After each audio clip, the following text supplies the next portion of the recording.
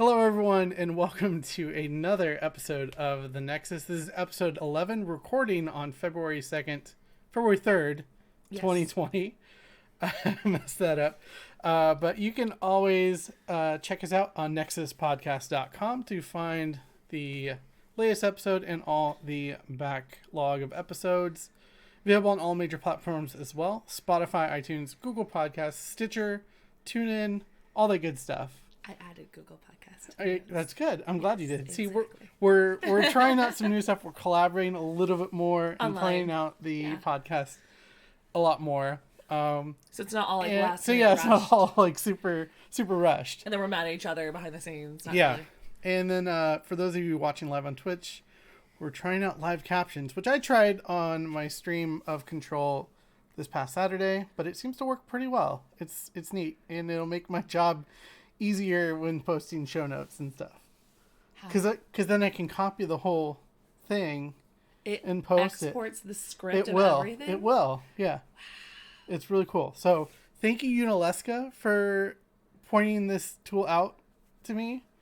That was really cool. Yeah. I mean, it's doing its best. It is. For a free tool, it's not that bad. Hopefully we won't talk over each other too much. No, we'll get into a groove. We'll figure it out. But enough chit-chatting because we have a very stacked episode.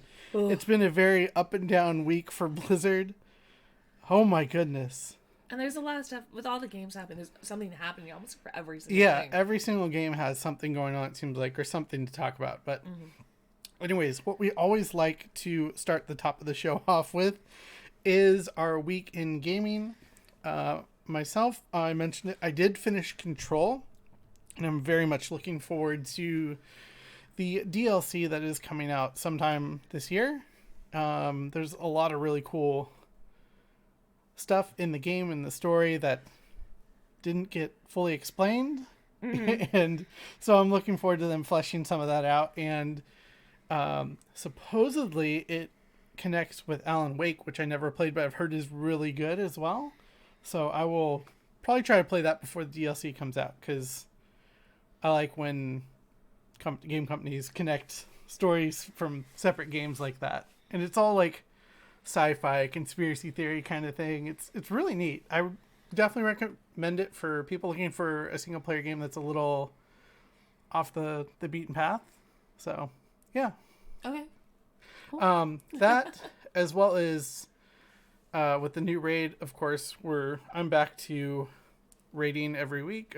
So for World of Warcraft. I'm at 6 of 12 normal. We'll extend this week to try to finish things out and finish this off. And then I watched a bit of the Hearthstone Masters this weekend. And that was fun to see. Where was that being happening? In Austin, Texas. Oh, okay. Yeah. Far away. Far from us. Yeah. Let's see. So then for me, I actually started playing WarCraft 3 Reforged yesterday and then a little bit today. I'm 5 chapters in to the Horde storyline. That's all the gaming I've had recently because I've got another cold version of this cold. So my sinuses are a little congested right now. I am excited. I did watch some Nintendo developer or like videos that they post. And there's a new level 5 game, well, new to the US, level 5 game called Snack World Plus. And apparently it's a 3DS game that was in Japan that was really successful. But they're porting it over to the Switch on February 14th, which is really, really soon.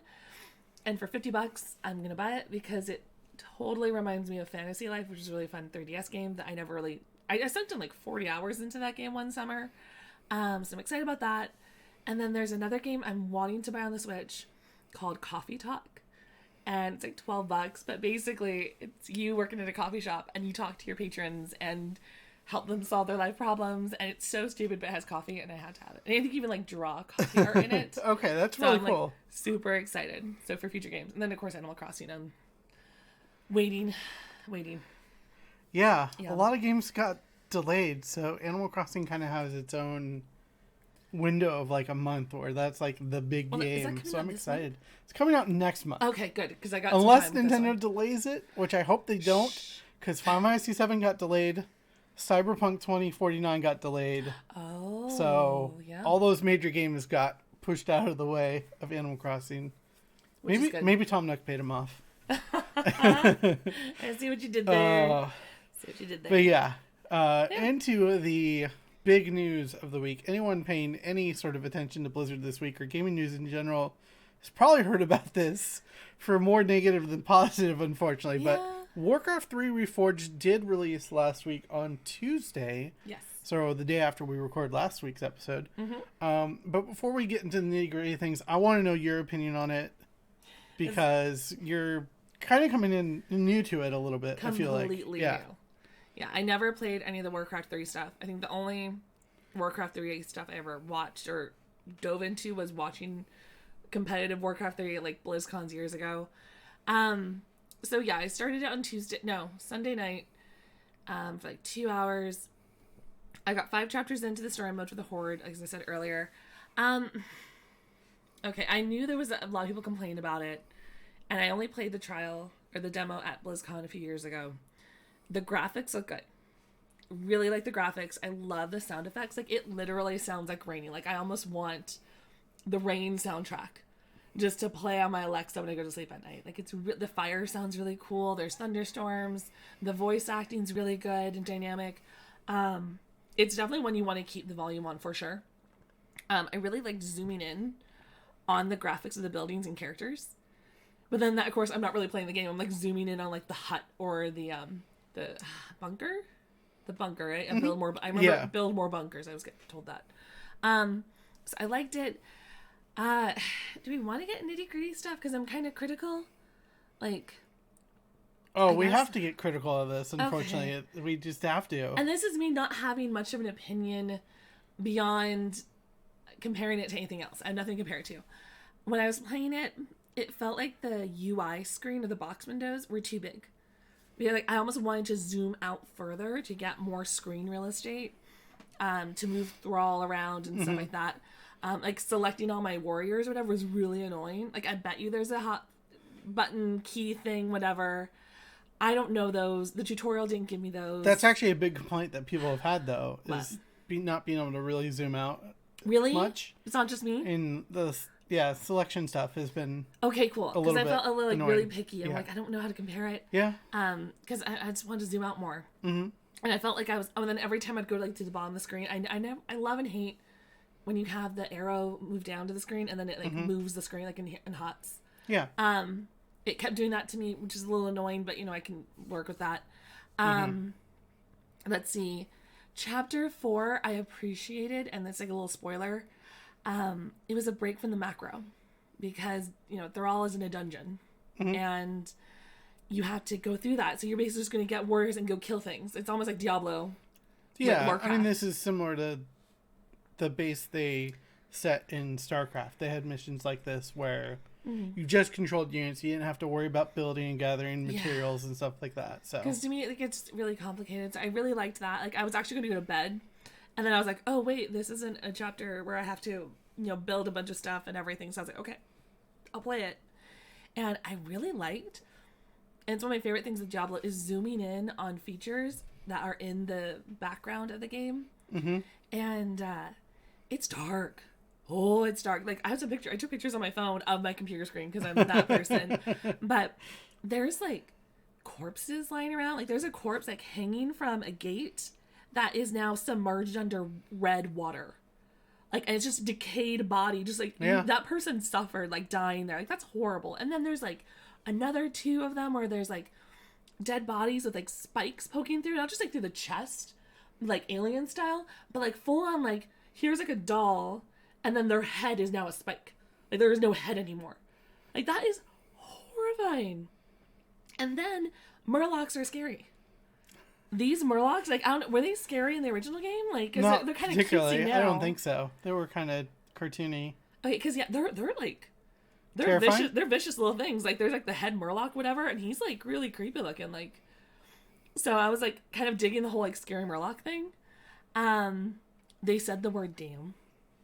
They said damn it. I know. And there's actually a profanity filter on the settings, which I looked at earlier, which is funny. Let's see, what was the other thing I was doing? I think then the last chapter I did before coming here was a survival for 20 minutes. Like, survive before the tides come. And you have to survive. That's your quest. To do that, I was bored at 10 minutes in. Like, I legit was looking at my phone. Yeah. Like, I built everything. I'm over capped. I spent all my food resources, whatever that is. I can't make more warriors. Yeah, high upkeep. Yeah. And so I'm like, I had to now wait here for 5.5 more minutes while I have a few mobs come kill me at the two sides. Like, it was really boring. And it kind of feels slow. Like, I don't know if that was the original WarCraft. I know it's an old game. It is. It's definitely by design. They made it a little slower than StarCraft was. Mostly because it's hero-based. Yeah. And so it's a mix of an RPG and RTS game in the sense that you have this hero character, you're building them up, leveling them up, getting them items and stuff, and you just have a small army kind of around them. And I can only carry, like, 6 items. Things. Yeah, that's kind of annoying. Because I was like, unless I use these potions, like, I can't pick up this really cool You gotta orb. use them. You can drop them on the ground, right? I know, but I want to use them. Okay. For later, like when I need them. So that was a learning curve. Like, I spent a good amount of time trying to pick up something, but not lose another item in the dungeon. That was a little annoying. So that was interesting. And then I played it, came over. And the really cool thing that I looked at before I went to bed yesterday was the collections window in the game, in the menu.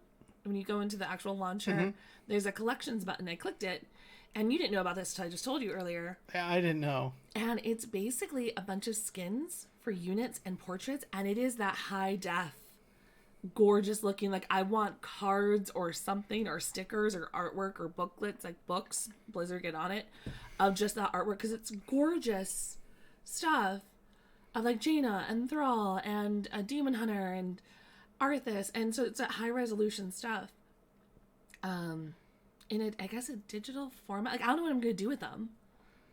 Like, it just looks really cool, but then it's kind of like a collector achievement thing, I guess. Yeah, it's to show off achievements, and you can change your icon. So when you're playing against other people, if you end up doing that, they'll see your icon and be like, oh, that person beat the campaign on hard or whatever. Okay. Yeah. So, like, and then when I looked at that, I'm like, oh, this game's big. Yeah. And I thought what was interesting was most of those are not locked behind buying Reforged, because I actually haven't bought Reforged yet. Just because I'd heard rumblings that they had scaled back a lot of the stuff they had announced at BlizzCon, so I kind of wanted to wait and see. And sadly, I'm actually pretty okay with not having bought it yet. Really? I will buy it when it's on sale. Okay. But I'm not eager to buy into it right now. You played the original. I never played the original. Yeah, no, I played the original. The only thing I have close is like watching YouTube videos on the cinematics that people posted. That's all I ever got. Yeah. But it's going to be a slow burn. Yeah, no, it will be. Both the campaigns together are pretty long, but it tells a really good story. Probably one of the better RTS stories outside of StarCraft. No bias here. Yeah, not at all. But let's unfortunately get into a lot of the issues that the community has brought up with the game. Launch day was a little rough. I did not log in during that. You didn't log in during that? But it was Sunday. Probably 4 or 5 hours that people were having problems with starting games and seeing all sorts of bugs and stuff. But most of that initial launch stuff has been resolved as far as I know. But some of this other stuff is still concerns from the community. And I think some of them are warranted, some of them not necessarily as warranted. Probably the biggest one and the least surprising of changes Blizzard has made to Warcraft 3 is the end user license agreement for map makers now states that basically Blizzard, or not basically, but Blizzard owns anything you create in the maps. It's like something happened in the past They're really upset about. For a little history lesson, for those that somehow don't know this, but Dota, Defense of the Ancients, was created in Warcraft 3, and Blizzard didn't have any legalese for protecting games. that from being used by anyone else. And so Valve basically bought Ice Frog, one of the creators of Dota, and created Dota 2. And then both Valve and Blizzard eventually came to terms before it went to litigation to allow Valve to use the Dota name. Because if you remember at BlizzCon, before it was Heroes of the Storm, it was called Blizzard Dota. Yes. And that's when the litigation against Blizzard happened between Valve and Blizzard. So, but they resolved it out of court, so all good there. And Dota is now and Dota is a giant. And Dota 2 is one of the biggest esports in the world. That's so it definitely stings Blizzard to see that. And it's not surprising, especially if you know that history. You know, they lost a huge chunk of the esport world to that. So, and didn't they have the same legalese in like StarCraft? I think StarCraft 2 implemented this. Yeah, so it's not a surprise that, the next RTS game is going to have that type of legalese. Yeah, I get that it is frustrating for map makers. And I know, I believe they have to recreate them for Reforged. You can't just import them from WarCraft 3, I believe. Not 100% sure. But we're just going to list some of the more things that people are not happy with. The cinematics were not remastered, and the game was basically announced with the remastered as WarCraft 3 as a major opening highlight. cinematic as a major highlight. Yeah, I know they talked about voice lines being recorded. That did not get done, but they got sound pulled. really good. Yeah, they sound really good. I mean, the voices are still really good, but I don't know. I would have liked to have seen a new spin on it, just because I feel like voice acting and voice direction has come such a long way from especially the early 2000s. Yeah. So that's definitely disappointing. Probably the most egregious thing that they did in the one I have that's a big word. The most sympathy for people upset about this is that the classic client got automatically updated to Reforged. Oh, yeah. So it inherits all the Reforged problems, even if you haven't bought Reforged. Yeah. So, yeah, I don't remember if they did this with Brood War, though. I have no idea. I have with StarCraft Remastered, and if they did, I guess it wasn't as much of an issue because there weren't as many problems with StarCraft Remastered. But yeah, that's probably the most difficult one. If you have your WarCraft 3 CDs, hang on to them. One thing to bring up, and I forgot to mention, was with the cinematics not being remastered. Are you going to talk about the comparison of the stuff we saw at BlizzCon? You can bring that up, yeah. Okay.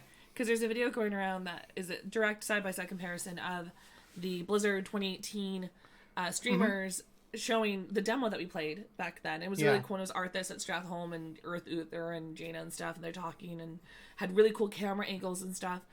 And then you go to the game now, and it's not even close to that. It's the original game, just with a little bit more graphics. It's not the same as the original. It is updated, but it's not updated like we thought it was going to be. Well, we saw a really high-res, different angles and close-ups and everything. And I think the hardest part, people were even complaining about it in the chat when I was playing today, was, that's lying. That's theft. They gave us a product that didn't have that. They are stealing from us or something. And I'm like, that's what movie cinematics do all the time. It's such a stretch to be able to it's not call that. Yeah. Because I'm like, okay, we watched, what's that one Star Wars movie? Rogue One.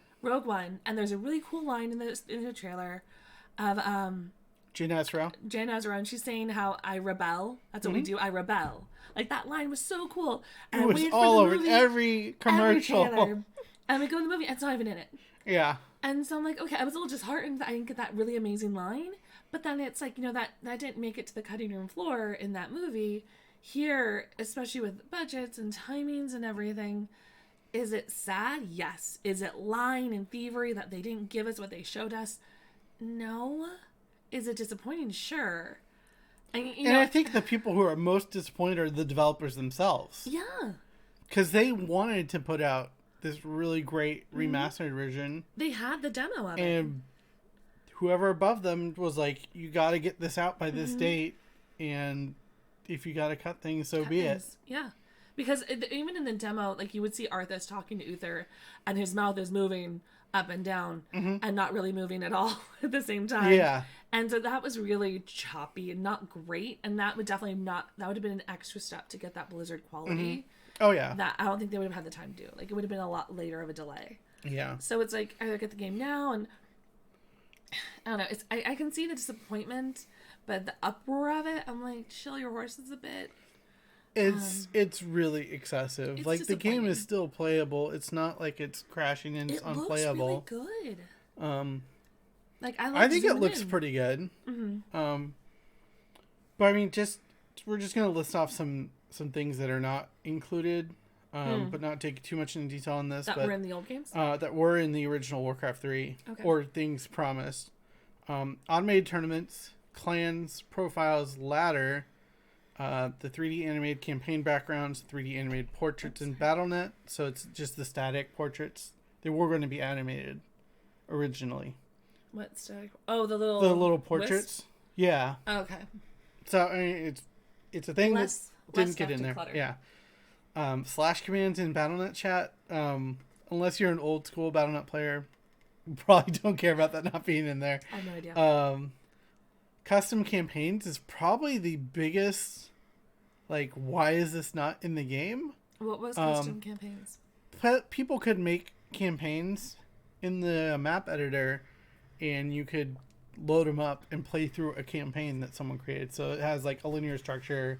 Say I create a campaign with 4 levels, you load that up and you play 1, 2, 3, 4. And the only thing I can compare it to is that, like, Super Mario Maker, where you make your own level. Similar to that, but like, so if I want to give Thrall a side story, yes, exactly. I can make Thrall not kill people and like go evil. Yeah, that seems like a lot of work. It was originally in Warcraft 3 though, so they took it out. How did that work? I don't remember the exact details. And I would of it, almost wonder on their end, would they want the fan base to have accessibility to that? Because I could see that being a double-edged sword. Yeah, but it's a feature that was in the original that just didn't make it over, which seems weird to me. Like, I can't miss what I didn't have. I know, so, that's true. Yeah. This is like a super nitpicky complaint, and I don't really care that much about this, but hence the body position that you're in right now. The Reign of Chaos campaign balance is using the Frozen Throne balance, so it's a little bit less difficult than it used to be. Because Frozen Throne came out a year after the original game. What's Frozen Throne? The expansion for Warcraft 3. Do I have to buy that? Nope, it's included. It's included. Oh, yeah. Okay, that's good. It's already made. I'm like, it already exists. Okay. But the other thing you were talking about, with it looking sluggish, now part of that is due to the fact that the animations, I believe, are locked at 20 FPS. So the rest of the game, when they're running through that grass, it's really so the rest slow. of the game runs at whatever FPS your computer can run it at. But those animations, that's why they look so kind of janky. Yeah, watching Thrall run is very not exciting. We were going to record this last night, but I'm glad we waited till today, because Blizzard, I know everyone seems to think, they're not listening to us. They don't care. They have our money. But they have responded, and I feel like this is as good of a response as we can expect in less than a week. But Kyvax responded on the general discussion forums for Warcraft 3 Reforged, and this is I think this is the first post-launch blue post. We're going to read through this whole thing for you guys. It's a letter. It's a letter to players. But here we go. We've been following the discussions the past couple days and want to thank you for your feedback as well as your support. First off, we want to say we're sorry to those of you who didn't have the experience you wanted, and we'd like to share our plans for what's coming next. There were a few hours during launch day where we experienced server load issues that impacted players' ability to jump right in, but we were able to resolve those later in the day. Separate from that, we've seen community feedback about different aspects of Reforged that we want to take some time to address. Before we go on, the team is excited that WarCraft 3 Reforged is finally upon us, and we're fully committed to supporting the game for a long time to come. The next few patches and updates we'll discuss below are just part of our ongoing plans. The game is an integral part of the Blizzard DNA, with a team that loves WarCraft 3, and we're looking forward to pouring our hearts into Reforged and the WarCraft 3 community for the long term. One of the concerns with Reforged that we've seen are the visuals when selecting classic mode. We have identified the bug causing the colors and shading to look different from the original WarCraft 3, and we're testing a fix that will be incorporated in a larger patch addressing the issue in others. We expect to release that late this week. The patch will also address many other known issues, such as fixing some portrait animations and audio bugs, implementing some UI fixes, and more. Please keep an eye out for the patch notes for a detailed list of all the bug fixes. So, taking a break from that. Yeah, I couldn't do classic mode. When I tried going in the settings, I tried clicking it, it wouldn't do anything for me. Huh. So I wonder if they froze that or something. That was on Sunday night. Yeah, so I don't know. Night. Do you want me to read? Yeah, in just a minute. But I want to make a comment about the colors. I was actually watching Grubby play some games, and that color issue is a problem. Holy crap. Basically, the enemy units will sometimes flip to your color. So it'll look... You won't be able to differentiate between the two. And that's a huge problem that they're fixing. Good. Yeah. That's not good. But thankfully it's being fixed. So... Right. Go ahead. Right. So, another area of concern we're seeing is regarding online features, such as leaderboards and clans, which applies to all WarCraft 3 players, including those who haven't purchased Reforged.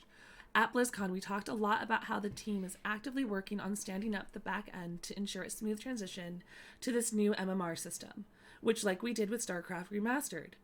As with Remastered, these other features will be included in a major patch for Reforged, which will also address the issue for players of the original game. We'll share release plans as work progresses in the coming weeks. Please be assured that the team is hard at work in standing these features up. There are some individual concerns we've seen that we're not currently planned to address that we wanted to give the community a heads up. As of version 1.30 of the original game, we saw a very low usage of tournaments and the end of the Reign of Chaos rule set. So we removed both in mid-2019 in version 1.31, eliminating the maintenance of underused elements has helped us streamline our overall support for the game and focus on areas impacting the most players. That said, we do anticipate the players who prefer to Reign of Chaos will find custom games with similar rule sets, which we hope will satisfy that concern. And related to that, as we talked about last year at BlizzCon, we do not want the in-game cutscenes to steer too far from the original game. We went a little deeper into the thought process behind that at the show, but the main takeaway is that the campaigns tell one of the classic stories in WarCraft history, and we want to preserve the true spirit of WarCraft 3 and allow players to relive these unforgettable moments as they were, albeit rebuilt with new animations and higher fidelity art. We know this update doesn't address all questions, but we're committed to the development and support of this game. We hope you'll keep an eye out for this week's patch and future updates, and let us know what you think as we continue fine-tuning things. Until then, thank you always for your support and passion for WarCraft 3. We appreciate all your feedback, and we'll continue to keep the WarCraft 3 community updated on everything we're working on. Sincerely, the WarCraft 3 Reforged team. Yep. Wait, go back to that link really quick. Uh-huh. And there are 116 likes or hearts. Yep. Yeah. That was a really good letter covering a lot of stuff. And I especially like the fact where they were like, there's other things we're not going to talk about now. So like chill out, like pump the brakes. Yeah. I mean, my initial thoughts on Twitter still stand though that this game I think was released too early, unfortunately. Which is a little strange to say about a remaster of a 15-year-old game.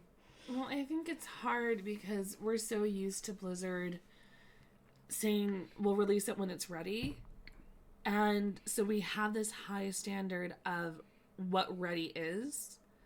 And with the new acquisition or collaboration or whatever, Activision being part of Blizzard, I think that term, it's ready when it's ready, is kind of blurred. It's ready enough. I think people forget how long Activision and Blizzard have been together. It's been over a decade.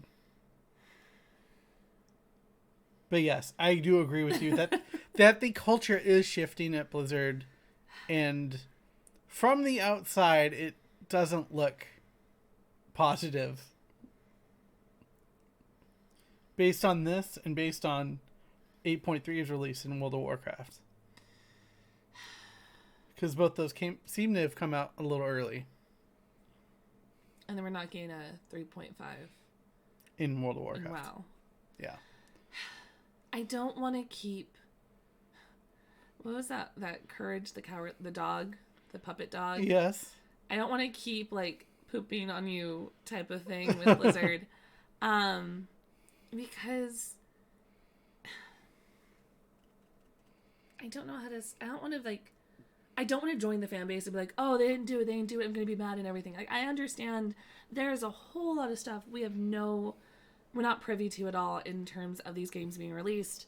I think anyone as a perfectionist would want to wait forever and a day to get every cinematic right and then make that movie great and then those voices great and then this great. But then at that point, it's going to be like 10, 15 years until everything's perfect. And so it's like there has to be some type of degree of like forgiveness in that, or leeway, I guess. And once again, like, I didn't play WarCraft 3. I don't have that heartfelt, like, oh, I love this one thing and now it's gone, now I'm mad. There was a whole lot of things. And that was one game they worked on for their entire team. Now they have how many other games they're working on? A lot. So it's like they're even more spread out thin. And it's like, yeah, well, having a lot of this new tech is making it a lot easier to make it easier. The workload is still severe. And with the higher quality, it becomes more work. So it's kind of like, yeah, there's a give and take, I feel, that we're not allowed to hear. Yeah. Yeah, no, I totally agree. And before we go away from Warcraft 3, I wanted to just let everyone know, apparently refunds are being automated now. So if you are unhappy with Warcraft 3 before, you can get a refund through the Battle.net website, and it seems to be an automated process right now, so you don't have to wait for customer support to process it. And I did have a moment of thought of, after buying it, hearing that there's no Jaina or Sylvanas storyline, because that was something they were going to add. Yeah. And I remember thinking, that is the coolest shiz ever, like, I want that. And I even thought, like, do I want to play this game? Like, I know the story, I get it. Do I want to play this entire game? Am I disappointed? Absolutely. I hope maybe it's an expansion that they could throw in there later on. Like, even with WoW Classic, they're adding expansions to everything. Possibly. So, like, maybe they'll do that with WarCraft 3. I hope. Like, I really would like to see that. I don't know. Those? StarCraft has, like, 2 of them, right? StarCraft 2, yeah. They have DLC. So I'm hoping maybe Warcraft 3, they'll, like, have some DLC of Jaina and some DLC of Sylvanas. Like, those are conversations we don't have yet. And that's where I'm kind of like, I hope they'll put those in. Yeah. So I have hope. See. I liked the game. I like the game. No past tense. Yeah. Am I going to be fervently playing it every day? No. But, because everything takes like 20 minutes. Like, every mission took me like 15 to 20 minutes. Like, that's kind of long. We'll see. Yeah. And I'll pick it up when it's on sale. Okay. I'll wait. I can wait. Some credits to spend. Yeah, you had some credits to spend, so it made it a little bit easier. But shifting to a little bit more positive news, Overwatch actually had some pretty big news this week with a developer update that had been quite teased by members of the community, not necessarily inside Blizzard. I guess they talked about this with a lot of players and talent and stuff like that, but we did finally get a pretty big developer update, and we're getting a couple new things coming to the game fairly soon. One of the ones I'm most excited about is the experimental card. So you know how on the game you have quick play, arcade, all that stuff? This will be a new mode to let them try out balance changes on live servers versus the PTR. And the nice thing is this is going to allow players to continue receiving account progress and rewards while testing the new changes which means a lot more people will be testing these changes and they'll get a lot better data. And this also allows console players finally to be able to access this system, which is awesome because they've never had access to the PTR. Yeah, and it's nice because it will not make me feel like I'm wasting time. Like, why would I play a PTR game that I'm not going to get credit for, especially when I really want to get those wins to get that gold whatever for this one character. And it was also nice. Like, did they do a post on this, or was it just the video? It was just the video. So, what's his name? Jeff Kaplan. I was about to say, I think it's Kaplan. Kaplan did a video, like, on Monday Tuesday last week. I think it was Tuesday or Wednesday last week. And so it's a YouTube video on their channel. And he talked through a lot of these, which was kind of nice because it was a discussion that he likes to do. And he made it seem a lot more accessible than just reading through a bunch of stuff and be like, I don't care. Oh, yeah. Yeah. For sure. I'm excited for that. But I think what most people are excited and hesitant and worried about are hero pools. So there's been this kind of outcry from the community for hero bands to come to Overwatch. And I've always thought hero bands would be a terrible idea for the game just because specifically tank and healer roles just do not have enough heroes there to support hero bands without really negatively affecting the game. So we've kind of come to a compromise with hero pools. This will be coming to competitive starting with Season 21, which is not that far away, where there will be a rotating roster of banned heroes every week, handpicked by the development team so it's not completely random. I believe it's going to be 4 total heroes banned. That's based off of how Overwatch League is going to be implementing this. But 1 tank, 2 DPS, and 1 support will be banned each week. I think the idea around this is to help diversify the meta and change things up so things don't get so stale. There was obviously the problem last year for most of the year where the GOATS meta was a huge thing. Everyone was playing it. Everyone was watching it in Overwatch League. I remember watching Overwatch League with you, and you were just like, "What is this? Why is this so terrible?" Boring. Yeah. I mean, a lot of the community is negative against it, but I do appreciate Sure4, Toronto Defiant player, former LA Gladiators. The only one I remember. The only one you remember. He tweeted about this, and I love this. This change won't change who the best teams are. The good teams are the ones with confidence in their play and trust between their teammates. Adaptable players and teams that are able to talk things out together will still be strong. It will only affect the quote-unquote our meta teams. Aww. So I'm excited for it because, especially for the general population, I don't think it'll have that negative of an impact. And it's only going to be competitive. You don't play competitive, so you're not going to see this at all. I'm good.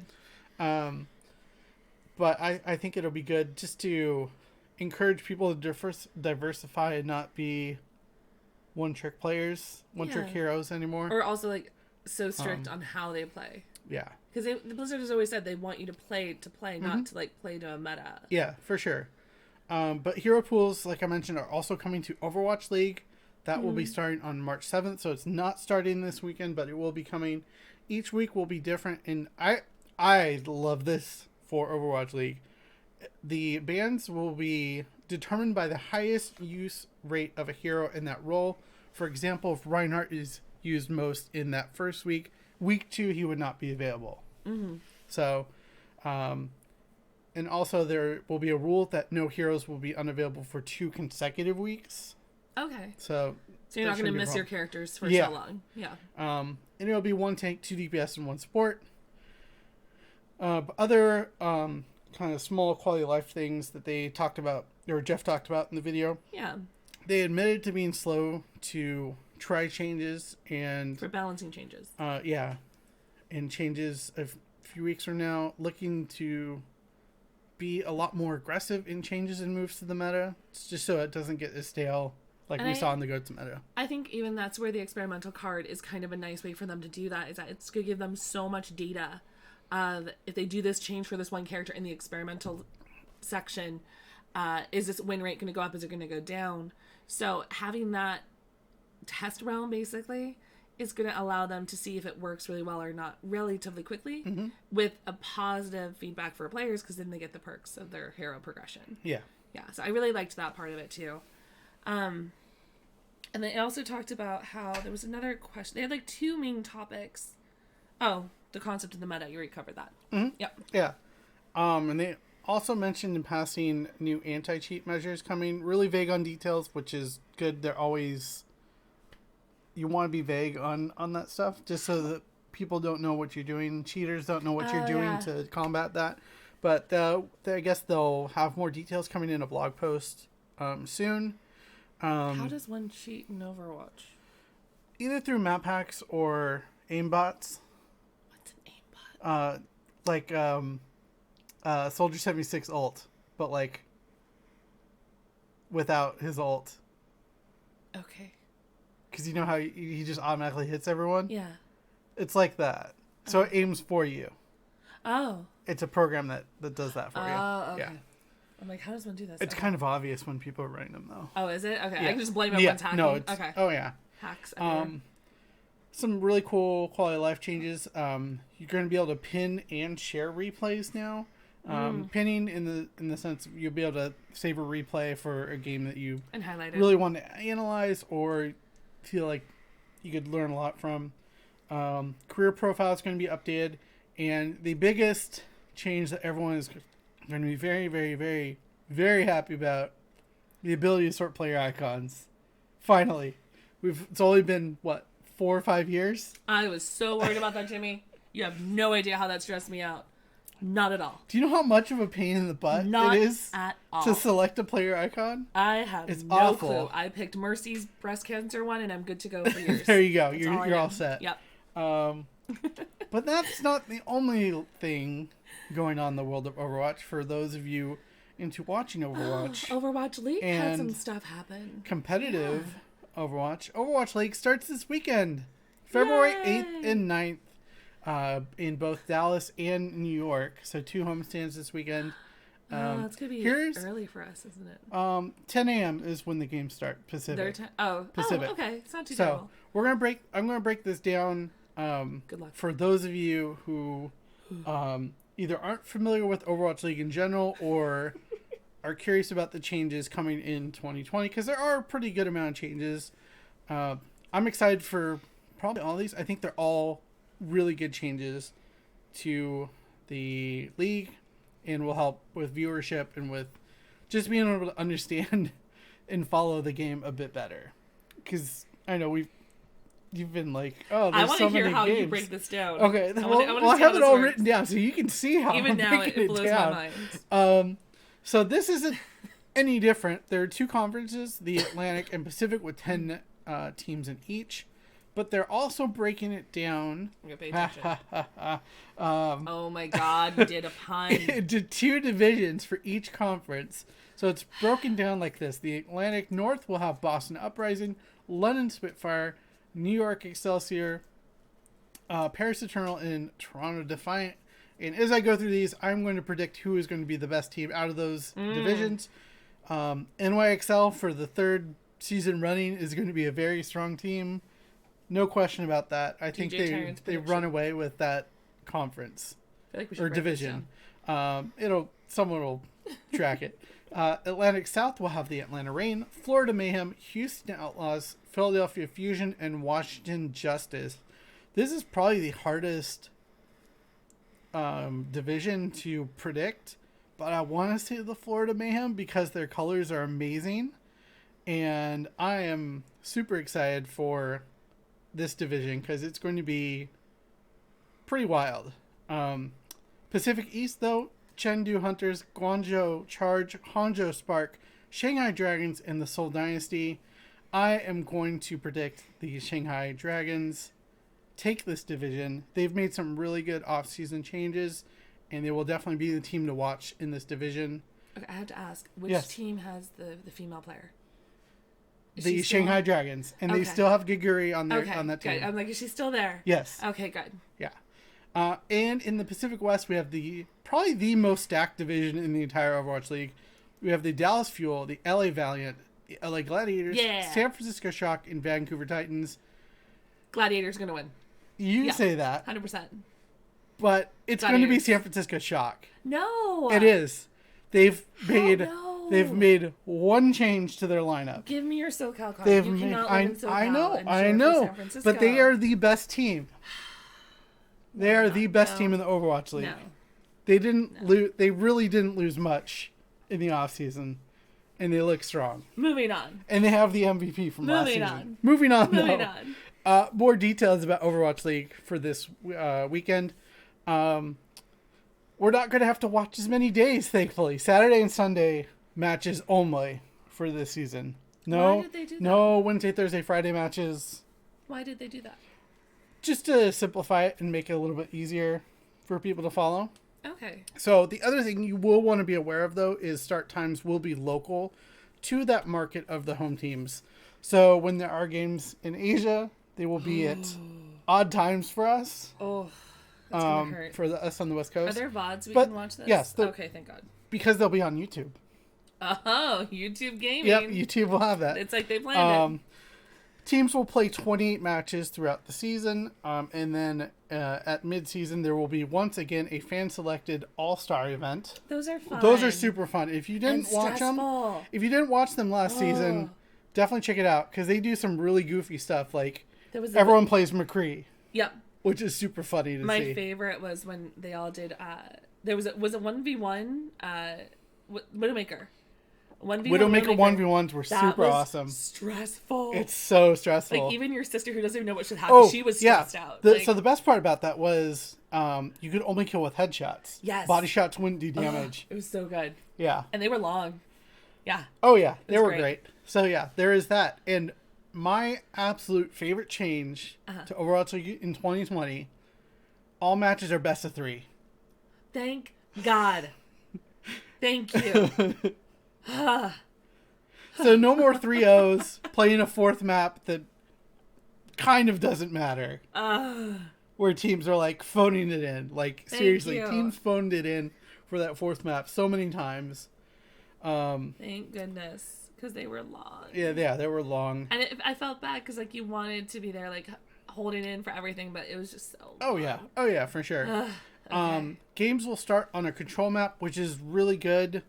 What's a control map? Control is where you have that point. Oh, the little square. Yep, little square. Sit in the square. Yeah. So instead of kind of a perceived advantage of a payload map where someone starts on attack first, this makes it just more even to start the games off. So you actually got to stay on the payload, supposedly. Always stay on the payload. But yeah, the goal is to have hybrid, escort, and assault maps played in equal proportions. There will be 14 maps available per. I don't know. They're not stages anymore, but the windows. The windows, time frame, something like that. Yeah. Thesaurus. Exactly. Okay. Because if there are ties, which could happen if it goes 2-2, it will end on a control point map. But all of the control point maps will be available for selection. So that makes it really exciting because then teams have to play a little bit more. And... Oh, you lost your closed captions there. Yeah, we lost the closed captions, so hold on. Is that just our show notes? Yeah. Okay. Anyways. Yeah. Oh, so the control map. So they get to pick their control map? Yeah. I don't know how that will end up. Like flip a coin, maybe? Maybe. Okay. But also there's going to be a mid-season tournament because there's no stage playoffs this time, which will feature the top 4 teams, 2 conference leaders, and 2 wildcards with seeding based on the results through week 10. Oh, this is complicated. We're almost done. We're getting there. Okay. Week 1 coming up. We have 8 games on the docket. We will have on Saturday Toronto versus Paris, London versus New York, LA Gladiators versus Vancouver, and LA Valiant versus Dallas. Day 2, Sunday, London versus Paris, Boston versus New York, LA Valiant versus Vancouver, and San Francisco versus Dallas. So yeah, a good docket of games to look forward to this weekend. I'm excited because now there won't be games played while I'm at work. But then weren't you sad? Like you were talking about how you wanted this to come back because you wanted stuff to watch. You were like, it's so nice to come home from work and throw on Overwatch. It is. And now you're not going to have that. Yeah. But now I have my weekends all set. And I have my weekends away from you. Exactly. So that works actually well for everybody. Okay. But in more serious news, we games. all know about the coronavirus that is going around. Why are we talking about this? Because all games in China have been rescheduled. Oh, yeah, that sucks. Yeah. So, Yeah, that sucks. people were definitely questioning what was going on, but pretty much, I don't know of any esports events that have, like, not rescheduled. Like, League has suspended all their China stuff for now. And Overwatch League is moving their games or rescheduling. I don't know the details on what exactly is happening there yet. They haven't announced that, but also all the teams based in China have moved their operations outside of China. Of course. So go get your flu shot. It's a very serious thing. Go get your flu shot. Yeah, get your flu shot if you haven't yet. If you're in the U.S., go get your flu shot. Yeah. Right. It's a very important PSA. We talked about this last week, but jerseys did go up on the Overwatch League store. $90. You won the prediction on how much they would cost. Price is right. I guess 70 and above. So there are home and away variants. The away variants have they're just black. Oh, they're black. Completely black. Yeah. Good. White's kind of meh. Yeah. Free shipping right now. And if you order by February 29th, you get $20 fan cash, which is Fanatics gift card thing. From the Blizzard Gears, no, not from Blizzard Overwatch Gears League. Store. What's the website? Overwatch League. Gear.overwatchleague.com, I think. Okay. And it ships by March 31st. Why are these not available day one? Come on, guys. Like, that's 2 months into the season. Because we didn't tweet them 2 months weeks into ago the season. to tell them that it's coming up. We don't get those jerseys. You gotta wear your last year's jersey. I will. Even though it's different colors. Even though it's the wrong color. Mm-hmm. Oh, yeah. I do have to mention. Oh, gosh. I have to mention. I know I've been ragging on the LA Valley for this color change. Just a bit.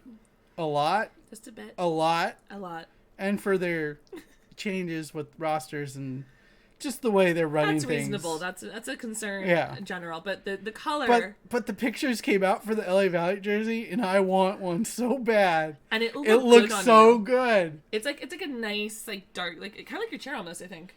I think it's a little bit lighter than this. Yeah, it's like a bright but like kind of solid jewel tone like royal blue. Yeah. Right? Oh blue. yeah. And the gold looks really nice. Mm-hmm. I'm so glad you like the blue. Because you were really upset about it. Yeah. So I'll definitely get one because they're gorgeous. Yes. And tried to figure out like, which one. Go check out. Yeah, I actually had talked with Heather, and we were not arguing, but really discussing like which jersey would look best on me. Yeah. And we unfortunately, or fortunately, however you want to look at it, came upon the Valiant jersey. Well, we were like so neutral about it. Like I'm just they would all look good on you. And then I was like, Mom, I'd ask my mom, like, Mom, which would look good on Jimmy? And she's like, the blue one. I'm like, okay, that's what you're gonna get. And especially it'll go with the blue hair.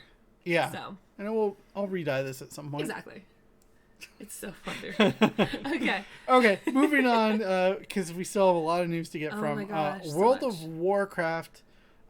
News has settled down a little bit, but the Race for World First is on, and as far as I know, I didn't check right before the show, but I believe we're still at of 11 and 12 for both Method and Limit. Limit discovered that there is a secret phase on N'Zoth that was not in the heroic version that has you fighting in the Chamber of Azeroth along with Mother and Magni. What? Yeah. Dun, dun, so you can check out their stream to check that out. But also, what's probably the most fascinating about this is Limit got a glitched attempt down to 30%. Blizzard saw this and despawned N'Zoth to fix it, which resulted in N'Zoth despawning for everyone in North American realms, no matter what difficulty they were playing on. Is that the reset of across all servers? Yes. Yeah. Oh no. Yeah. I'm Googling this right now. So yeah, it was a fun night for Raiders, I'm sure. I don't see anything other than just that reset. Yeah. So I think it's still going. Okay. Yeah. I need to watch it. I never watched these. It's such a fun event to watch. Like, I am very happy that Method decided to start doing this. Well, especially when you have the sponsorships and everything. It helps a lot. No. Because then you don't have to worry about so much of like handling it. Handling it. And I have to shout out Derry. Congratulations on you guys raising, I think it was $100,000 you guys hit for charity. Okay, so I introduced you to her at BlizzCon, but she's majorly involved at Method. She works for Method full time. Okay, great. She's a great and they person. did a charity thing? They do charity cool. donations During this? every that's Race for World awesome. First. They had hit their goal for this year, which I think was 25,000, so they bumped up the goal to 40,000. You got it. Oh wow. And I think it's around 28,000 right now. So everything's good. That's awesome. Yeah, no, that's awesome. So there's that Is limit. there any perk to donate? Like, is there a raffle? You get your name read out on stream. Oh, I want a raffle. I don't know if there are raffles or not. Let me buy like a raffle ticket for like $2 and I'll happily join on that. For sure. But alongside that, in the game, Dark Moon Fair started this week, and that has the new edition of the arcade, which we talked about a couple episodes ago, where you get to replay some of these wonderful games. The Shell game, Totemic Matrix, Barrels of Fun, which actually is one of my favorites from Legion. Remember, you'd go do the world quest where it'd be like, oh, find the one with the ball in it. Oh, and it would shuffle it. Yeah. Yeah, like the New York street game.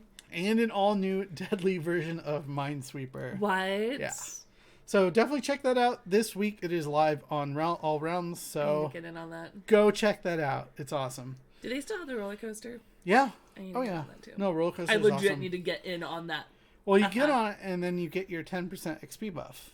Oh, I need to do I think that. it's 10%. I'm Anyways, so far behind. Whatever. It's some value. But also this week starting is Love is in the Air, February 8th. So go get your mount and achievements. Is that the one with the rocket, the pink rocket ship with like the leopard seat cover? Hopefully I'll get it this year. Oh, that's so corny. Don't get it. Okay. I will not ride with you on that. Yeah. Oh, this is a fun one. Moving on though, Heroes of the Storm. Didn't have a whole lot of news, but we had a very cool podcast. You were able to listen to a bit of this before the show. So there's a podcast called The Listening Game Podcast on episode 5 with what's the guy's name? Kevin Cloken Johnson. I know his face. Where is he from? He used to work at Blizzard. Okay, that makes a lot more sense. Okay. Yeah. So he's now doing a podcast called The Listening Game Podcast. And the podcast is basically focusing on game developers and how they develop games, because it's a lot more complex than we know as fans. So he basically wants to have a sit down, like, hey, you're a developer, let's talk shop, basically. And they had this really cool guy that we kind of know, we're kind of fans of, named Kyle Dates. And he's a developer on Heroes. And so it was like an hour and a half podcast. He's like lead developer on Heroes now. He's kind of a big deal. Yeah. Kind of a big deal with great hair. Yeah. So a lot of your favorite heroes have been designed by Kyle. Kel'Thuzad was probably the biggest one. Deathwing, yeah. And I forgot the other. A lot of the heroes he's touched. He's touched them all. Yeah. So I actually didn't get to listen to this yet, unfortunately. So why don't you tell me about what was discussed? I did, because I typed these notes. I know. Hopefully you changed some of my notes. Okay. So I didn't touch anything. I had things bolded. Where are the bold ones? Okay, never mind. You did change things. I didn't. No, I didn't. Okay, so it's late. So it's like an hour and a half podcast, I think, right? Yeah, it's like an hour and a half. Yeah, it's about an hour and a half. So I listened to parts of it. I wasn't able to sit through the entire thing because we had to get our notes set up. But the beginning of the podcast is basically Kyle's history starting at Blizzard. And yes, and eyelashes. Working at Blizzard as correct me if I'm wrong, a tester for the StarCraft 2 editor for in-house and hopefully the future consumption of it. Because I guess the in-house editor was going to be used in StarCraft 2. Is that a thing? Yeah, so the editor is the same tool that the Blizzard developers used to build the game as you could to make your own maps and stuff. So Kyle worked a lot on testing that and trying to break it and fixing it. And then they talked further about his career in other Blizzard projects to eventually the end result was now senior game designer for Heroes of the Storm. Mm-hmm. And there was a few really great quotes in this discussion, because it's a lot of people talking shop here in this developing world. And Kyle had said, he asked him a question of what does it take to be a good designer in games? And Kyle just I took a quote, becoming a good designer is a lot of trial and error. Meaning that one game is different from another game. So if you go from Heroes of the Storm and then you go to Hearthstone, very different games. Designing it's going to be a lot different. And the skill set that he really recommended was having developers needing the ability to learn and adapt quickly.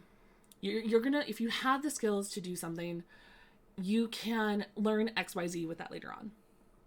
But you have to learn and adapt it quickly because it's always gonna be changing. You won't have a lot of time to make everything perfect. And then they talked a little bit about the balancing and developing of StarCraft 2 on the foundations of StarCraft 1. A lot of this stuff went over my head because I didn't play StarCraft 1 and barely play StarCraft 2. But if you're a big fan of that franchises, definitely jump in there because they did talk a lot about the competitive modes and stuff like that. And then, let's see, Kevin asked a question about how the general public always ask or complain, well, how do the developers not know X, Y, and Z happened in the game and this happened? How could they just not know it? They've developed a game like blah, blah, blah, Q, Q, Q. That's what they sound like. That's Q, in my Q, head. Q. Q, Q, Q. And there was, Kyle had a really good response. It was a very, I don't want to say long-winded, but a very good explanation about detailed. There we go. Thank you. A detailed response about how the developers, even if they play test it for like multiple hours a day, multiple times a week for multiple months, they're only going to have a couple 100 hours at best play testing a game. But as soon as it goes public, there are thousands of hours, almost in a day or two, of data that they collect that will then show, hey, this thing broke or this thing didn't work. Yeah. Which makes a ton of sense. So when you say, oh, the developers, they worked on this game for 2-3 years, why can't they catch it? Well, because that's thousands of hours that you guys have discovered that they now know it. Oh, yeah. And I thought that was a really cool discussion because it kind of, and that's why I kind of feel like we should pump the brakes a bit on the WarCraft 3. We don't know what we don't know because thousands of people just jumped on it and now we know. And it's hard to replicate like a reality of public diving into a game. Oh, yeah. Let's see, the other part I wrote down. They said there's also a reason why they also don't go crazy with the Nerf bat on some of the games because they also want to see how will things play out. Okay, this one part or this aspect of the game is broken. And they also dived, I think, a little bit into Heroes of the Storm with this one. Yeah, I mean, this was when I was really digging in as a Heroes creator. I would always stress when new heroes were coming out every 3 to 4 weeks, people would complain, oh, this hero is overpowered or broken. Yeah. And I'm like, give it a couple weeks at least because people are all learning how to play against this new hero. And of course people are going to like not be able to play particularly well against this hero because it's brand new. Yeah. I mean, there are exceptions to the rule like Kael'thas, who are a little overtuned to start things off. But even then, it's hard to tell specifically if something is overtuned or people just need to put in those hours to figure out what are the heroes to play against that, what strategies can you use to counter that hero.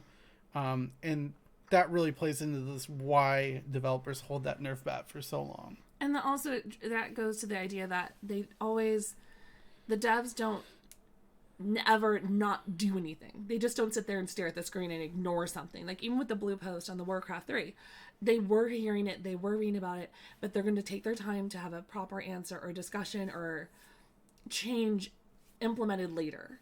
So it was kind of a nice discussion about why they kind of hold or reserved in what they say, which is good because God forbid you tweet all over the place and blue posts everywhere. It gets really confusing.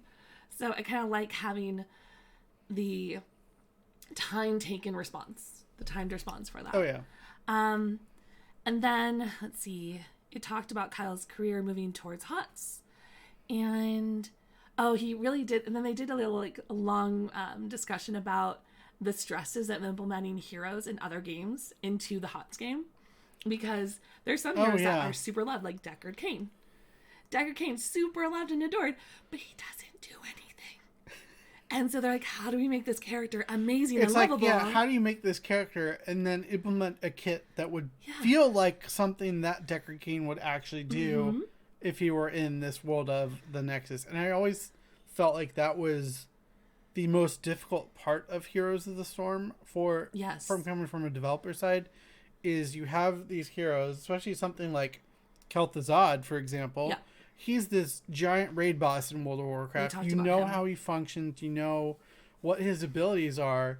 And as a developer, you don't want to just copy and paste that into Heroes of the Storm. You want to give him that unique flair for a MOBA. Mm-hmm. And I think Kael'thas is a great example of writing that balance of being familiar enough to satisfy people's preconceptions of that hero, and also bringing something new to the table and something that fits into the game. To a new game, especially. Kel'Thuzad in WoW is not Kel'Thuzad in Heroes of the Storm. And I think that was also probably one of my favorite things of when they announced Orphea at BlizzCon 2018. That's the barbarian. That's chick, right? Yes. Yeah. Was that I was like, oh, now the developers get their own free reign to do whatever they want. Yeah. To fit into here. What's the one with the girl, the young Kira? girl? Yeah, she's great. Yeah, I love her, and I want to I want to know more about that world that they created too. For sure. And then they slowly went into that discussion, and then as they were wrapping it up, they talked about other video games. The ones that I picked up on because I know these ones are Pokemon Go and Sword and Shield, and it was really neat because since they both worked in the gaming industry, they were actually giving perspectives about like, oh, Pokemon Go has this really great localization. Let's talk about this and let's talk about that idea. And I would love to do this type of idea with this. And they were literally coming up with like development ideas about a game that's already so established. Oh, yeah. As fans.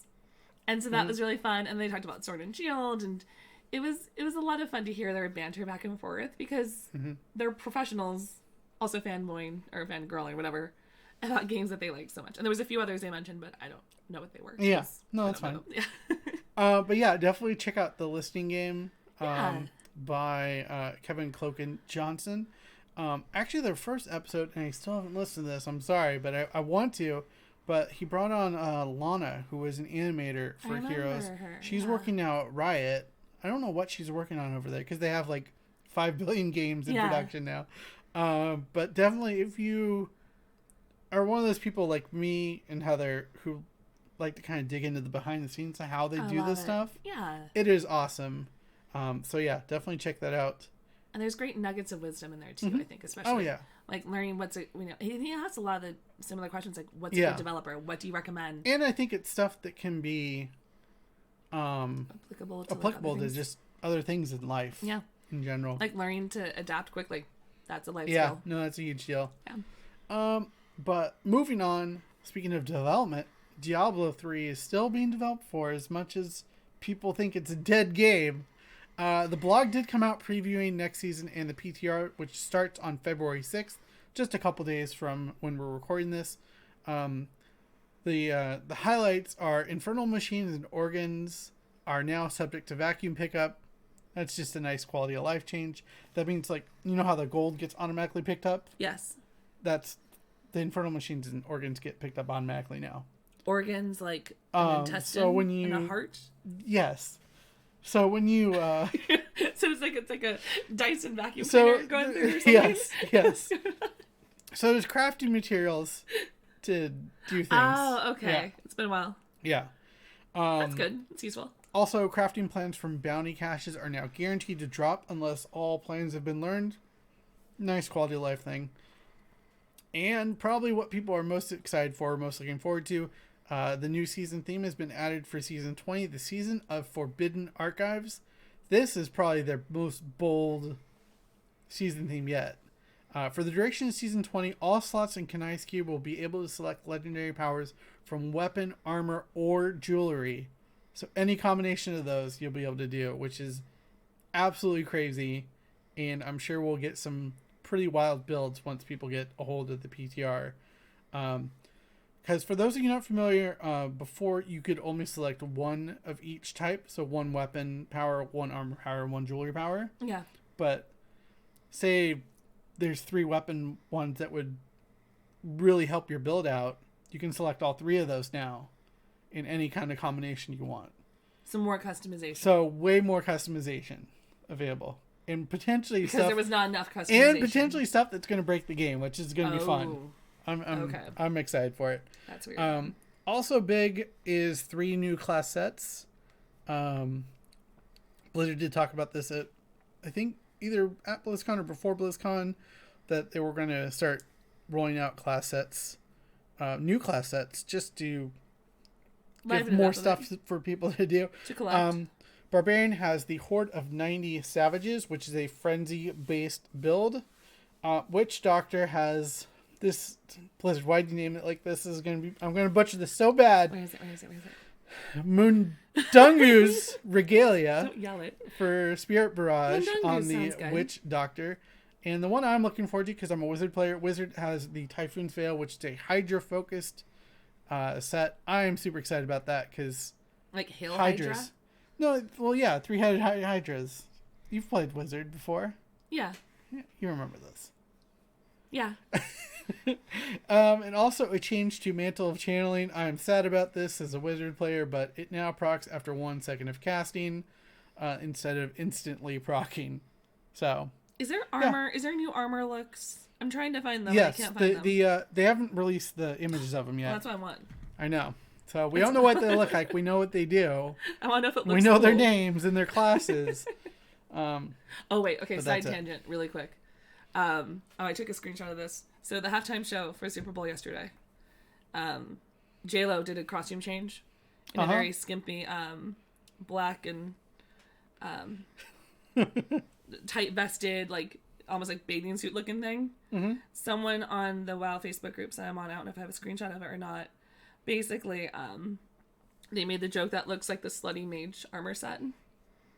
It kind of does. Okay. Yeah, it does. So yeah, there's a comparison of like the mage armor, but they're basically wearing a bikini with the vest, and then J-Lo wearing a similar thing with high boots. Yeah, for sure. So that reminded me, I'm like, I just want to know what the armor looks like. Show me the armor. Yeah, we'll see eventually. Hearthstone didn't have a whole lot of necessary news this week, but we did have our first Hearthstone Masters of the Year on YouTube. And that was our first big test of YouTube as a new platform. And it was okay once you found it. What? So I found it kind of hard to find the stream. And even Brian Kibler tweeted about this because he actually visited LCS. And while waiting in line, he wanted to watch Hearthstone. What's LCS? League Championship Series. So he's a big League of Legends fan. Oh, okay. And since he's local, he does go to that. But he tweeted about it and how he couldn't find it even when he went to the Hearthstone official YouTube page and how hard it was to find exactly where it was. I mean, he said he scrolled through videos, and this is my concern with moving everything to YouTube, is the discoverability of these streams. Yeah. Like, they have to be easy. I know I said this last week. It has to be like 2 clicks for me to be able to find it. Because if I get annoyed, a hardcore fan of this looking for it, what do you think a casual fan is going to do? I'm just going to give up. And I will say, the numbers were not good on YouTube. See, and there's not even like an email of it. Like looking up Hearthstone on my emails, nothing.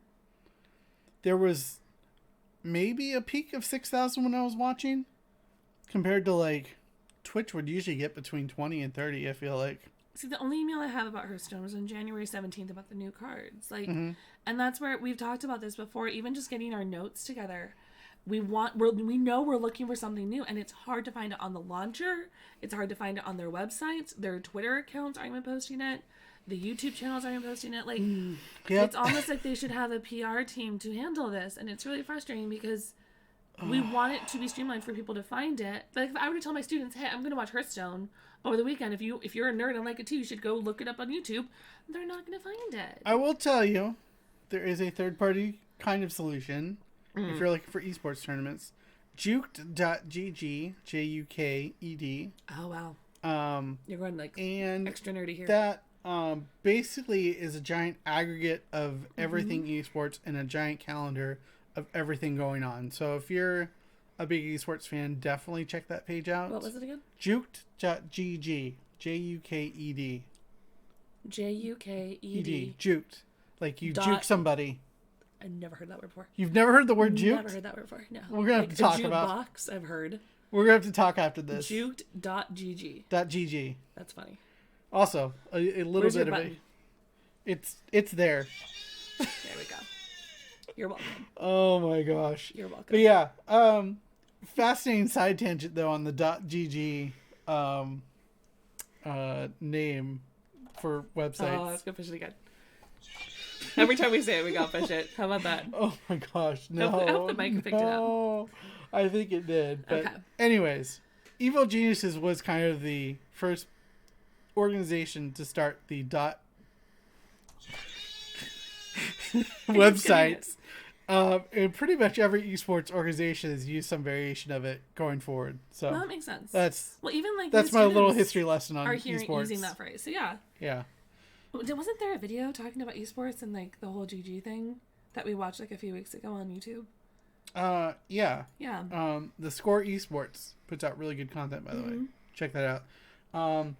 But Hearthstone Masters did happen, and it was a really fun event. There was a lot of good varieties of decks, and actually players were using cards that had just been released on January 17th, because in my email. No, just last week from mind. the single player campaigns, which we talked about a little bit last week. That quickly? Yeah. Isn't that like a concern for like the meta? I think there is, but I think Blizzard's kind of just letting it play itself out, which I'm excited for. I think that makes it more relevant to players watching it because they see the cards that they have access to. But if you're a professional player, it's making you pull your hair out. A little bit. Okay. Yeah, but I'm okay with it. All right. But at the end of the weekend, we did have a winner. Zakaria X Biles Hale wins over Romerick A-Rock Du Bois 3-1 and took home the trophy and $32,000 and $500. So good little prize is it their actual names and then their username in the middle? Yeah. Okay. So Blaze and what beats I-Rock. I-Rock. Yep. Got it. Okay. So yeah. Hearthstone stuff is happening. $32,000. That's not bad. Yeah. It's like a Yeah, salary. and chat is pointing out that it does reward people who are better at building decks, and I think that's a skill true. for a card game like this. I mean, this has always been a thing in something like Magic, Yeah. where a set will release before a GP, Yeah. and whoever's skilled at kind of figuring out combos and what works, Max. will have a Well, and an advantage. don't Hearthstone teams actually have like teams? Like they actually have like a group of people that they actually strategize with and like during competitions. Yeah, too? if you're a professional, you have You a have a group group. of friends that you play with and strategize Teams. with. Yeah. And generally they're good about keeping secret your decks and stuff like that. That would be major betrayal. But yeah. That's like all the game news that we've covered. Yeah, I think. that's game news. But Yeah. what we always like to do, though, is Heather's favorite thing. My favorite thing. The merchandise update, where we dig through the Blizzard gear store and see if there's anything new. Check out the third-party partners for Blizzard and see what they have brand new. As Heather shows off on stream. Yes. Sorry, audio folks, you can't see it. Oh yeah. You can't see it with sound. We'll talk but about it a little bit. Okay, so first of all, I'm gonna gripe the same gripe we've had before. Blizzard Gear Store needs to streamline their filtering categories. Every week I'm checking for this to see what's new because I want to know what's new. And I go to the tab, I go by games, I go to the tab, filter, newest items. There's still things that are there that are old, like manga books, that are not new, but they're on that first I think they're line. just re-releases. It's really annoying. Yeah. So I'm going to go new to us because I'll literally be like, hey, Jimmy, did you know this was a thing? And like, I didn't know, so it's new to us. For example, the Blizzard gear has these really great skater dresses. Click the link really quick. Yeah. Because there's several of them, and they're for Overwatch. Scroll down. No. There's free shipping right now till Tuesday. The new to us was actually a sombre purple Overwatch dress, and there's plus sizes, which is really nice. Oh, maybe that's where they're new. Because they're plus sizes. Possibly, that yeah. might be it. That okay. might be And they're why by they're the Bangerang? Wild Bangerang, which There we has go. done the leggings and stuff before. They're a UK store, but So they have skater dresses from Sombra, McCree, which looks really cute, Reaper, and then Mora's dress. So if you want to get like a cool skater dress, jersey knit, they're really good fabrics. Like I've seen a lot of people wear them at conventions and stuff. Sombra's looks the best though. Oh, so pretty. So pretty. If you want to get those, they're like $55. That's the new thing to us. Like I didn't see that last week. Let's see, back to the notes. Your favorite vice. So yeah, Loungefly. I have a love-hate relationship. I was just online shopping over the weekend because that's what I do, and I was looking at Loungefly's website. If you want to get some Overwatch stuff, go there because they're actually clearancing out a lot of their old series of stuff, which I think are still gorgeous. And the prices are amazing. I may have done a big purchase. So there is, and I'm going to give like the before and after price. There's a White Mercy zip-up wallet by Loungefly from their website, not a knockoff. Was $40, now $10. That's coming home with me. That's in the mail. Oh, yeah. There is a character backpack, which is basically just an overlay of all the characters, the classic characters like Reinhardt and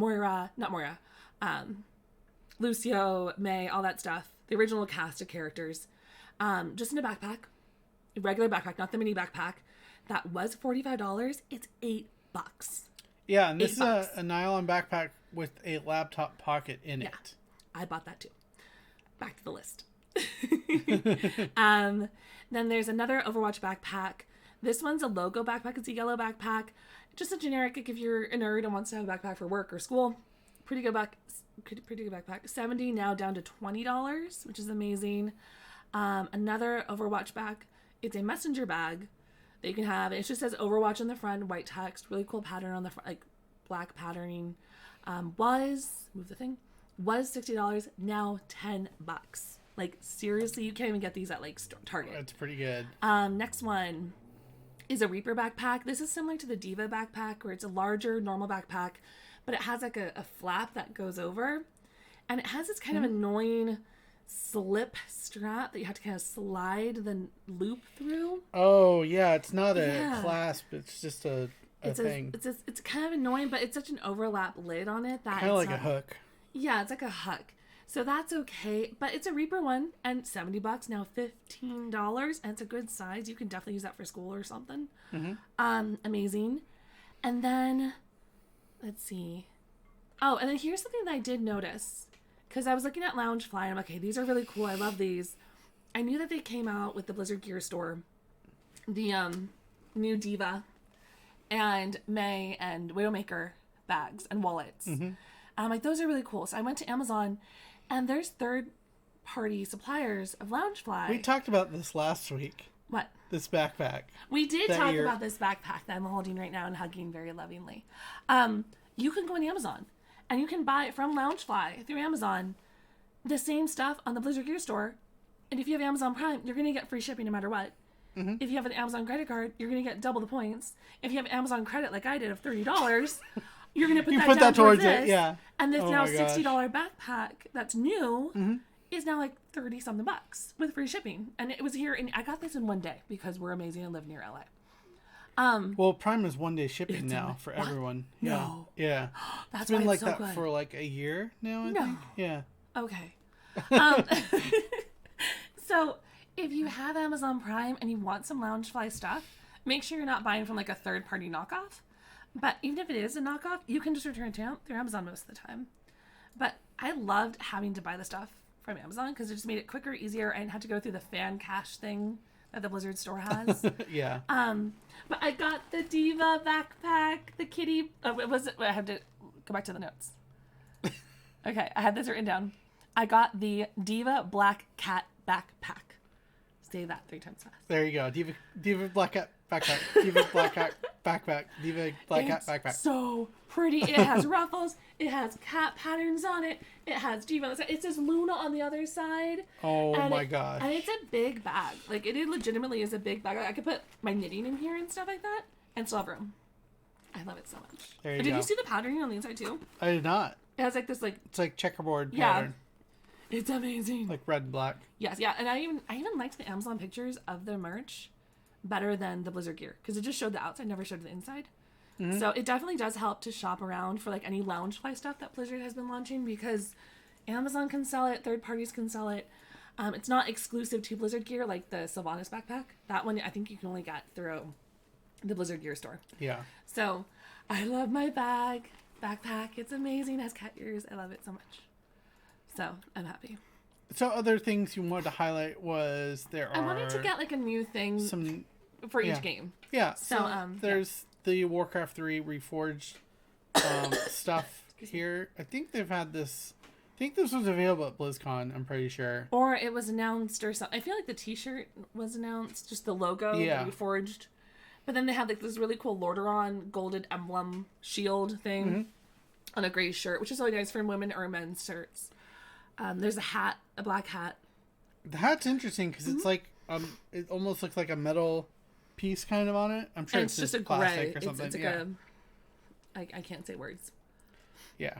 But yeah, there's that, and then here's the storm. This actually looks new to me. Right? I don't know if this is new, but there's a Brightwing Emerald Wind fan art T-shirt. It's a big black T-shirt. Now I'm wondering. I think it was a year or two ago they had like a whole bunch of stuff on like Designed by Humans, that was fan art stuff. So I'm wondering if this is some of that, maybe. Designed by Humans. It's a store where you can, like, where artists can go and sell merch, basically. I think they did have something like that. Even at BlizzCon, they had that. Yeah. But this is on the Blizzard Gear store, which is nice. Black shirt, has a big, like, almost like circular emblem of, what's it called? An Emerald Wind. Is that one of her skills? It's one of her ults. One of her ults, yeah. And it's Brightwing, and she's just saying, you just hear friend when you look at it. It makes me think of Gillyweed. Exactly. Oh. That's her. Hope you're doing well, Gilly. Yeah. But yeah, it's another new shirt that's new to us, and I thought it was really cool. Yeah. Just in men's sizes, though. But it's a fan art T-shirt. Go to Blizzard Gear, go to Here's the Storm apparel. And the other cool thing that I saw that was new to me, I even yelled at you, I'm like, have we seen this before? Was a legitimate pillow. Not like a cute little bunny ears, not the shape of a skull, not the shape of a frog. But yeah. It's a legitimate Hearthstone cardback pillow. And it's by 16 inches by 11 inches by 5 inches. That is a good set. You could actually nice pillow, yeah. sleep on that pillow. And I don't know what the Hearthstone back is. This is the legendary card back. Okay. For when you hit legendary rank. It's a brown card back. That's all I know. And how much was it? $20. Which so is not too bad. That is like a legit adult purchase. Like, I can't go to Target and buy a pillow that size for $20. Yeah. And that just looks really nerdy. So it looks kind of velvety too, which looks really cool. So maybe that's on my to-do list. Yeah. And then there's another Diablo fan art T-shirt, and this is a gray T-shirt with what's his name? Dominicus. One of the angels. Yeah. With the crazy halo tentacle things. Well, that looks like Diablo and Tychus. Why does it say Dominicus? I don't know. Maybe are they blending Diablo and Tychus? Yeah, or Tychus. Oh my gosh! Please take away my nerd card. Tyrael. I went with you on it though. Oh my gosh! Retired. Yeah, I mean it says Tyrael does his part by slamming his sweet sword into Diablo's face. What's cooler than angels fighting demons? Oh my gosh! Angels fighting demons on a cool T-shirt for all eternity. This Diablo Dominicus fan art T-shirt was a finalist in the Fan Factory Art Design Contest. It's like we knew about this. Just have, it's the same thing. Descriptions. Okay, yeah, we figured it out. So that's where I guess Diablo's, or not Diablo. Oh my God. We've been recording for almost an hour and a half. Blizzard, I guess, is now releasing the fan art competition artwork for T-shirts. Mm-hmm. So there's one for Here's the Storm. There's one for Diablo. Yeah, they both look really cool. I would definitely like to see more of this because there's so much good fan art. Oh yeah, for sure. And it's also fun to be like, hey, I made this art and now it's on a T-shirt, go buy it. And then another fun, I'm really digging, and I know this probably is not new, but I'm really loving. This is not new, but I'm really loving it though. Like, so the legend statues that we that looks so weird in the green screen. But the legendary statues that we got from BlizzCon. Yeah. They're making them for almost every game. And, like, Artanis has one for StarCraft that I haven't seen until I just, looked before here. Yeah. Johanna has one. Yes, I've seen that. That one's okay. I'm not a big fan of Johanna. She's okay. Don't judge me. But it's really cool because I really like how big these figures are and how bright they are. And for $60, like, that's buying a Nendroid, but bigger. Yeah. Because Nendroids are, like, $40 to $60. But here, and I like how they have like a similar base and similar stand and similar quality. So I'm really digging how they're doing like a consecutive series of figures for Blizzard legend characters like Greymane and stuff like that. Oh yeah. So I'm really liking going through all the games and finding stuff. Hopefully they'll fix their newest items, please, because that would make my life a lot easier. Yeah, that's just something that they should fix in Fanatics time. should fix. Please fix. Yeah, please fix Fanatics. But I love my backpack and it's so pretty. Yeah, no, it's good. Mm-hmm. But yeah, I think that's the end of episode 11 because that was a lot of news So for much basically stuff. every game. Every game. Except Diablo 4. Yeah. There's a blog post or something coming out. Yeah, probably in the next couple months. Yeah. We ain't talking about There hasn't been StarCraft. any StarCraft news lately. It's but, there. I talked about the figure. That esports should be starting up soon. Mm-hmm. So I'm excited to see how that goes. Are they on a .gg site? No, they're on twitch.tv. Oh, okay. I was looking at that button. Yeah. I know you wanted to hit it again. I really did. But yeah, that is going to wrap it up for episode 11 of the Nexus podcast. Oof. Make sure to hit us up on Twitter, #Nexus Podcast, and ask us any questions you have about Blizzard stuff and any comments on the show. Anything you want us to talk about that we didn't talk about. Yeah. We try to cover as much as possible for the majority of players. Yeah. Yeah, we try to be neutral. You get very determined on your opinion is.